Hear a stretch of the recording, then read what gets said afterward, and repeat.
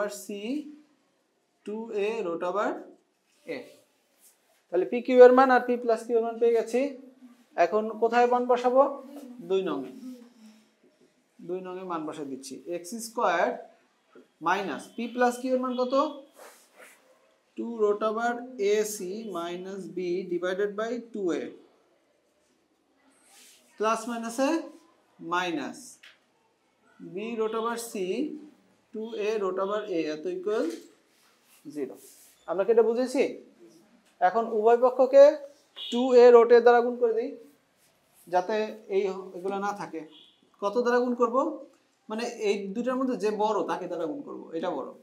তাহলে 2a root a এত X square minus এখানে 2a বাদ রুট a উপরে গুণ হবে 2 রুট ওভার a সি এত ইন্টু রুট ওভার a আর b রুট ওভার a এত ইন্টু